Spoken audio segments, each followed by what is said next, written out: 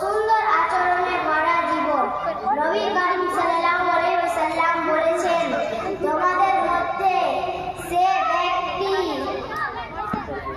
সর্বোত্তম যার চরিত্র সবচেয়ে উত্তম, অর্থ আদর্শ মানুষ সে যে সত্য কথা বলে, নামাজ পড়ে, মা বাবার কথা মানে, বড়দের সম্মান করে, ছোটদেরকে ভালোবাসে এবং কাউকেও কষ্ট দেয় না।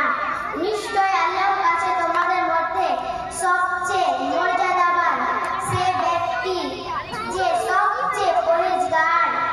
এর মানে হলো যে মানুষ আল্লাহকে ভয় করে, অন্যায় থেকে দূরে থাকে, সৎভাবে চলে, অন্যকে সাহায্য করে, সে প্রকৃত আদর্শ মানুষ।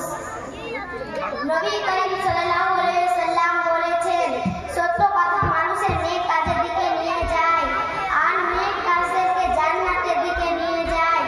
তার আদর্শ জীবনের প্রথম ধাপ হলো সত্যবাদী হওয়া। যে মিথ্যা বলে, প্রতারণা করে বা অন্যকে ঠকায় সে কখনো আদর্শ হতে পারে না।